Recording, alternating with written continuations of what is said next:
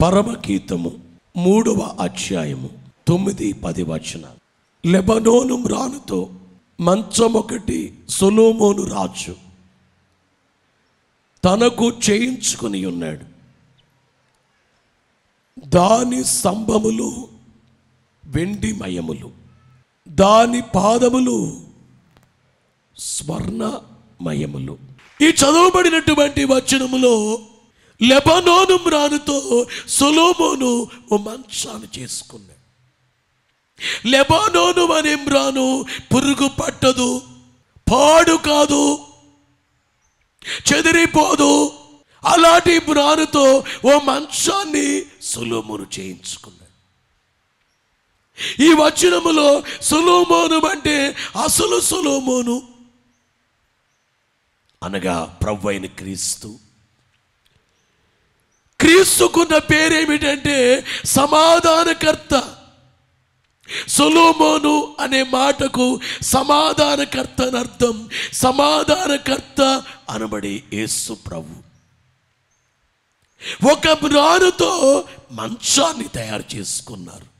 తెలుగు బైబిల్లో మంచం అని వ్రాయబడింది, ఇంగ్లీష్ బైబిల్లో చారియట్ అని వ్రాయబడింది, ఇంకొక ఇంగ్లీష్ బైబిల్లో క్యారెట్ అని వ్రాయబడింది, మరొక ఇంగ్లీష్ బైబిల్లో చూస్తే పాలంక్విన్ అనే పేరు వ్రాయబడింది. పాలంక్విన్ అనే మాటకి అర్థం ఏమిటంటే పల్లకి.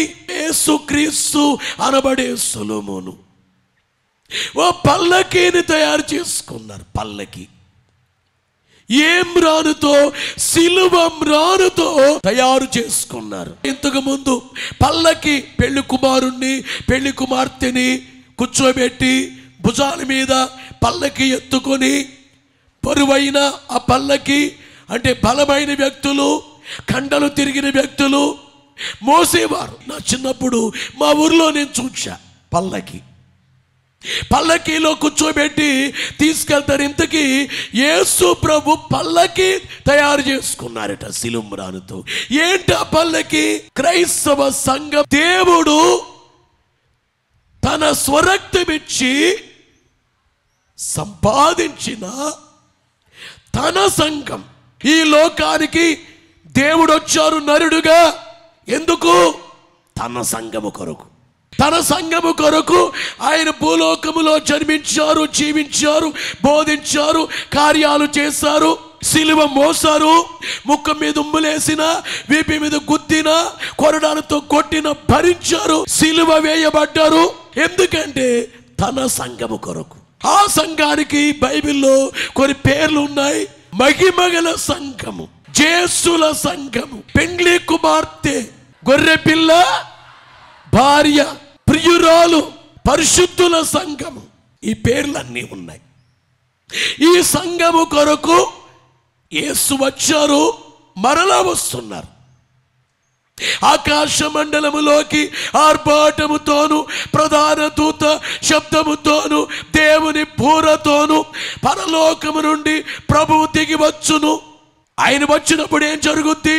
క్రీస్తునందుండి మృతులైన వారు మొదట లేతురు, ఆ మీదట సజీవులమై నిలిచియుండు మనము వారితో కూడా ఏకముగా ప్రభువును ఎదుర్కొనుటకు ఆకాశ మండలమునకు మేఘముల మీద కొనిపోబడుదుము. మనము సదాకాలము ప్రభువుతో కూడా ఉందుము. ఇంతకీ యేసునాథుడు ఆయన సిలువ మ్రానుతో తయారు చేసుకున్న ఆ సంఘాన్ని పరమగీతములో ఏం రాయబడింది చెప్పండి? పల్లకి.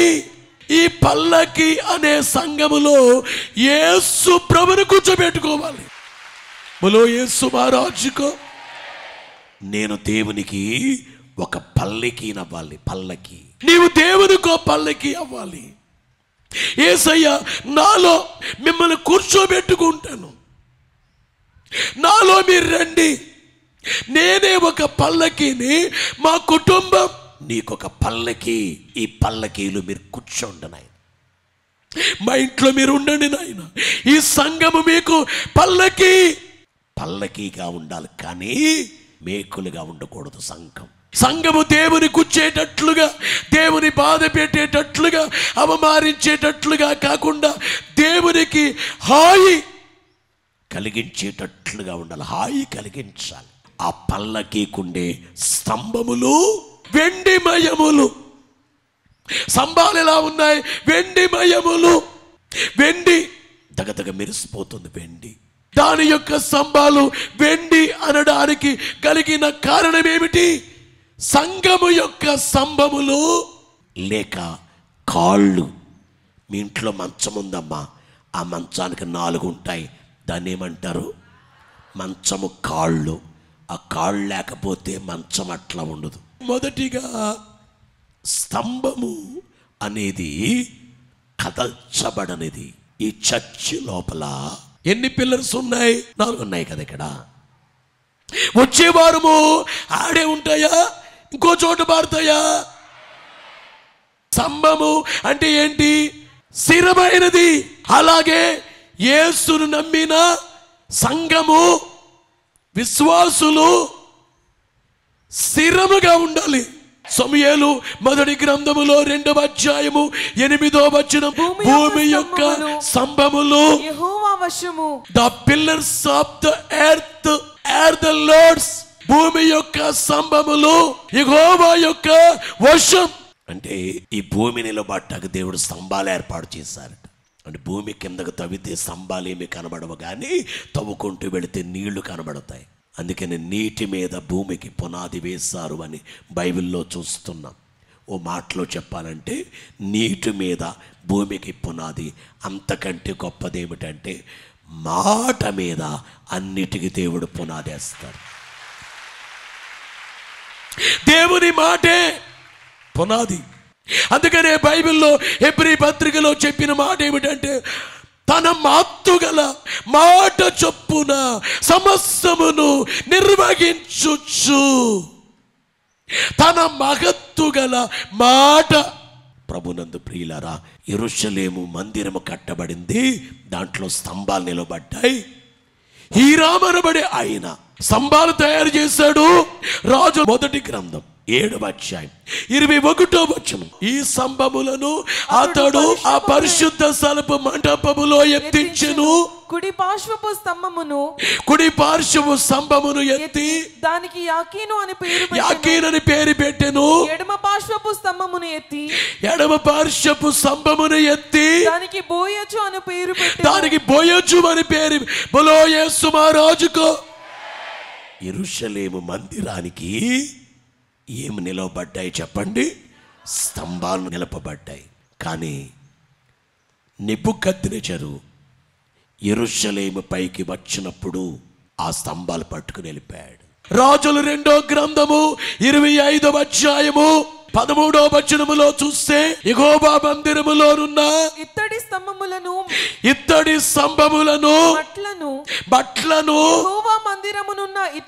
యెహోవా మందిరమందున్న ఇత్తడి సముద్రమును కల్దీయులు తునకలుగా కొట్టి ఆ ఇత్తడిని బబులోను పట్టణమునకు ఇత్తడి స్తంభాలు యెరూషలేము దేవాలయములో ఉంటే ఆ స్తంభాల్ని కల్దీయులు వచ్చి వాటిని తునకలుగా చేసి పట్టుపోయారు. ఇంతకీ స్తంభములంటే ఏమిటి అంటే విశ్వాసులు సంఘములో స్తంభములుగా ఉండాలి. స్తంభాలు బలో యేసు మహారాజుకు. విశ్వాసులే ఏదో చర్చికి వచ్చాం, ఆదివారం ఆరాధనకు వచ్చాం, ప్రసంగం విన్నాం, కానుక వేసుకున్నాం, వెళ్ళిపోయాం అని కాకుండా విశ్వాసులు స్తంభాలుగా ఉండాలి. దేవుని నమ్మిన మీరు ఓ స్తంభములేగా నిలవాలి. కొంతమంది పెళ్ళైపోయిన తర్వాత విశ్వాసములు పడిపోతారు. పిల్లలు పుట్టిన తర్వాత విశ్వాసంలోంచి పడిపోతారు. దేవుళ్ళలోంచి ఉద్యోగం వచ్చిన తర్వాత పడిపోతారు. కాదు, ఎలాగుండాలి? నిలిచి ఉండాలి స్తంభాలుగా. ఈరోజు ఈ కార్యక్రమంలో ఉన్న మీ అందరినీ దేవుడు స్తంభములుగా అభిషేకించుగాక. బైబిల్లో ఫిలదెల్ఫియా సంఘముతో యేసునాథుడు చెప్పినటువంటి మాట ఏమిటంటే, ప్రకటన గ్రంథము 3వ అధ్యాయము 12వ వచనములో చూస్తే, జయించు వారిని నా దేవుని ఆలయములో ఒక స్తంభముగా చేసేదను. ఒక స్తంభముగా will I make a pillar in the temple of my God.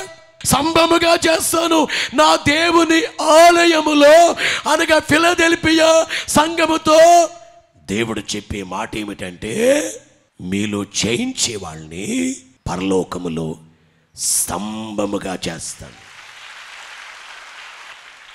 బోలో యేసు మహారాజుకు. అంటే స్తంభం అంటే పరలోకములో ముఖ్యులు. ఓ రోజున తండ్రి అన్నాడయ్యా, నాకు 3 కొడుకులు, నా పెద్ద కొడుకే ఓ స్తంభములాటోడయ్యా.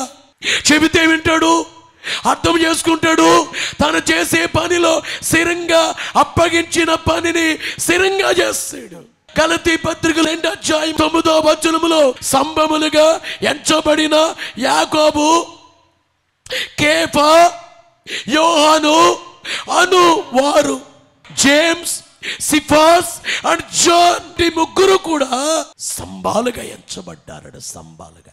మా నాన్నగారు ప్రార్థన చేస్తూ నా కొరకు ప్రభుని అడిగినప్పుడు, నా కుమారుడు మీ సేవలో ఒక స్తంభముగా ఉండాలి. సేవలో ఈవేళ మీ అందరికి చెప్పేది ఏమిటంటే, స్తంభములు అనబడేటువంటివి స్థిరముగా ఉంటాయో అలాగే స్థిరముగా ఉండేటువంటి రీతి. రెండోది, స్తంభాలు బలంగా ఉంటాయి. అలాగే సంఘము స్థిరముగా ఉండడమే కాకుండా బలముగా ఉండేటువంటి రీతి.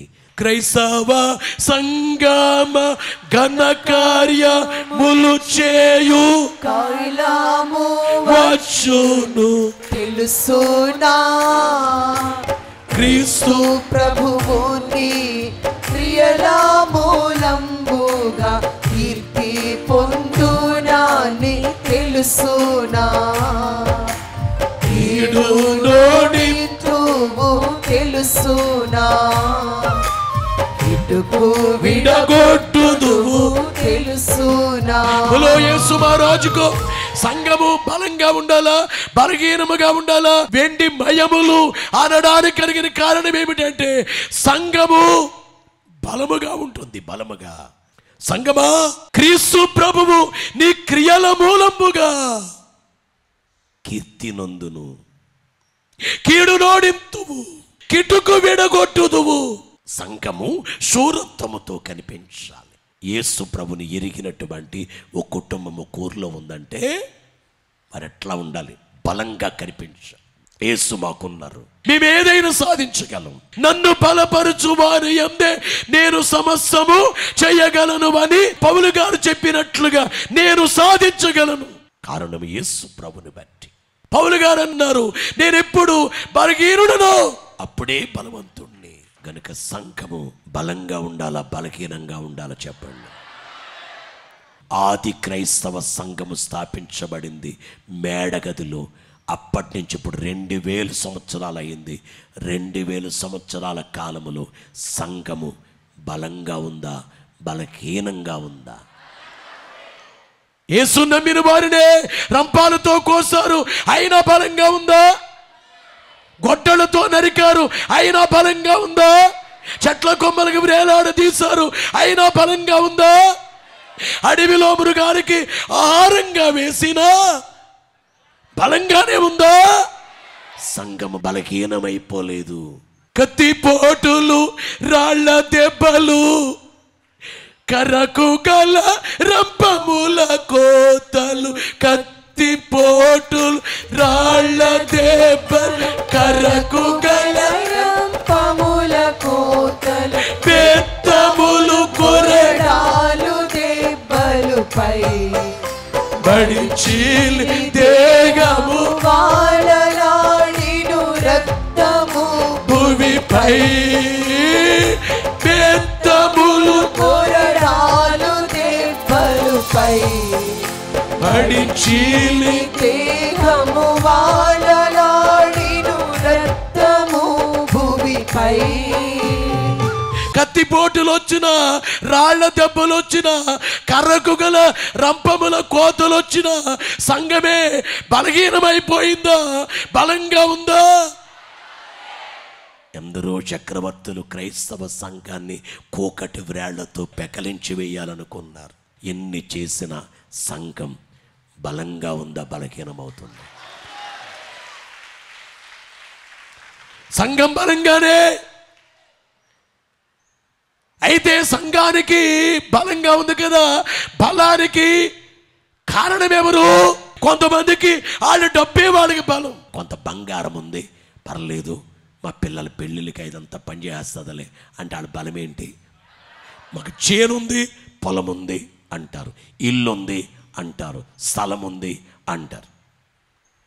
ఇప్పుడు చెప్పండి, మన బలం ఏంటి? ఫిలిప్పీ పత్రికలు 4:13 నన్ను బలపరచు వాని యందే సమస్తము చేయగలను. అంటే పౌలు గారికి బలం ఎవరంటే ప్రభువు అయినటువంటి యేసుక్రీస్తు. బలో యేసు మహారాజుకో, నన్ను బలపరచు వాని యందే నేను సమస్తము. అంటే నా బలం ఎవరంటే యెహోవా నా బలమా, యథార్థమైనది పరిపూర్ణమైనది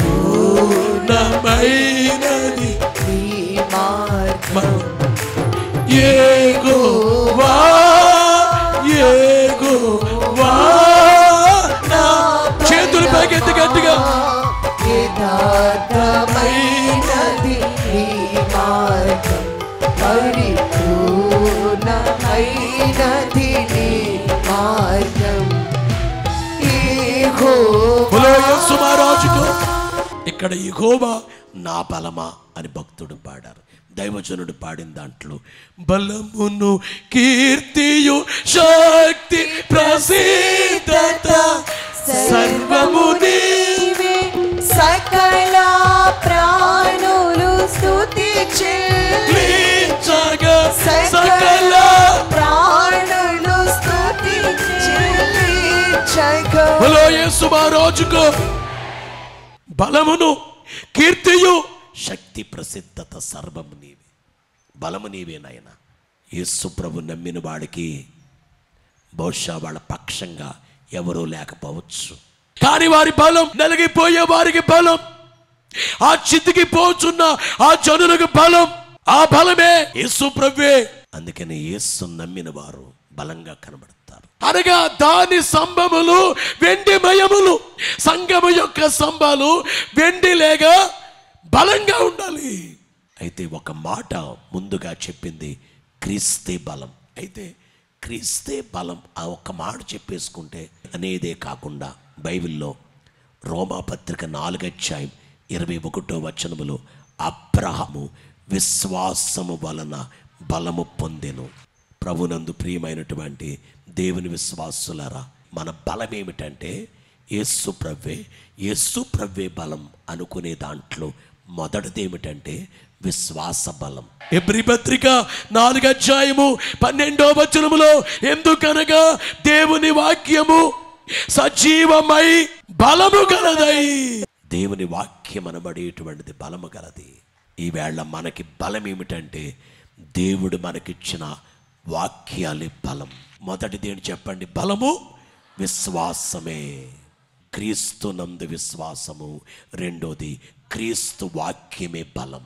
అపోస్తలుల కార్యాలు 4:33 చూస్తే ఇదియుగాక అపోస్తలులు బహుబలముగా ప్రభువైన యేసు పునరుద్ధానమును గూర్చి సాక్ష్యమిచ్చిరి. ప్రభువైన యేసు పునరుద్ధానమును గూర్చి సాక్ష్యమిచ్చిరి. దైవ కృప అందరి యందు అధికముగా ఉండెను. బలో యేసు మహారాజుకో. ఏం చేశారు వాళ్ళు? బలముగా సాక్ష్యం చెప్పారట. యేసు ప్రభుని గురించి బలంగా సాక్ష్యం చెబుతుంటే వారి మీద దేవుని కృప ఉండడం జరిగిందట. బలో యేసు మహారాజుకో. అంటే ఈవేళ మనకుండే బలం ఏమిటంటే మనము యేసు ప్రభుని గురించి చెప్పే సాక్ష్యమే మనకు బలము. ఎందుకంటే సాక్ష్యము చెప్పడాన్ని బట్టి ఆయన కృప మన మీద అధికముగా ఉంటుంది.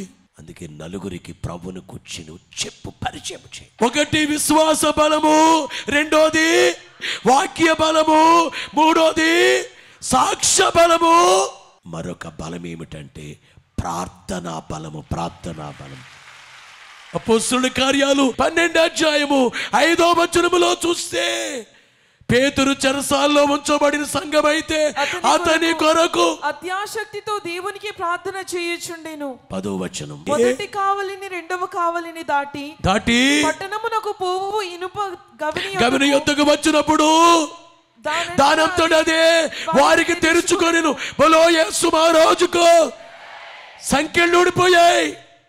పేతురు గారి సంకెళ్ళు. ఇప్పుడు చెప్పండి, పేతురు గారికి వేసిన సంకెళ్ళ బలం ఎక్కువ, ప్రార్థనా బలం ఎక్కువ? సంఘము బలహీనంగా ఉండాలా, బలంగా ఉండాలా? బలంగా మీరు వెళ్ళండి. లోకములో ఉండే పరిస్థితులకి బలహీనపడి అయ్యో నాకు చేత కాదు, నా జీవితం ఏంటి, శ్రమలు ఉన్నా, కష్టమున్నా, ఎన్ని ఇబ్బందులున్నా వాటిలేమి పట్టించుకోకు. ఎందుకంటే ఈ బలము ముందు ఆ బలహీనమైనవి ఏమీ చేయలేవు. శ్రమలు, ఇబ్బందులు, సకల శోధనలు, విమల మార్గముగా వీచు సకలములు, సుమతియోపో శోధనలన్నీయు సమయము రాగా సాగిపోవును. విమలాత్మ స్నానముంది నీకు, శ్రమలలోన కలిగినట్టియను భవము నిరర్ధకము చేసి నీ సమీపమునకైనా కీడు చేరగలదా? విమలాత్మ స్నానముందిన నీకు అంటే పరిశుద్ధాత్మ మేడగదిలో 120 మంది విమలాత్మ స్నానాన్ని పొందారు. విమలాత్మ స్నానం పొందిన నీకు శ్రమలలోన కలిగినట్టియను భవము నిరర్ధకము చేసి సమీపమునకైన కీడు చెరగలదా? భయపడరాదు క్రీస్తు విశ్వాసి, భయపడి దిగులు చేతులు పడరాదు సుఖి, భయపడరాదు క్రీస్తు విశ్వాసి, భయపడి దిగులు పడరాదు సుఖి. బలో యేసు మహారాజుకు భయపడాలా, భయపడకూడదా? చెప్పండి. భయపడి దిగులు పడరాదు. స్తంభములకు పోల్చట కారణం ఏంటంటే స్తంభము స్థిరమైంది. సంఘమైన మనం ఎలా ఉండాలి? స్థిరంగా. ఒకటి స్తంభం స్థిరత్వమునకు సూచన, రెండోది స్తంభం బలమునకు సూచన. అయితే ఈ వచనములో దాని స్తంభములు వెండిమయములు అంటే ఇక్కడ ఉండే వెండి అనగా స్వచ్ఛం లేక పవిత్రత. పవిత్రత సంఘము ఎలాగుండాలంటే పరిశుద్ధముగా, పవిత్రముగా ఉండాలి. పవిత్రంగా, పవిత్రత. ఎవరి పాపాలు మీరు క్షమిస్తారో వారి పాపాలు క్షమించబడేటట్లు పవిత్రత. సంఘము సంఘము మొదటగా ఎలా ఉండాలి? స్థిరముగా, రెండోది బలంగా, మూడోది పవిత్రంగా. అలాగుండి బలపరచబడి మేఘమెక్కే భాగ్యం దేవుడు మెండుగా మనకెల్లరకు దయచేయునుగాక.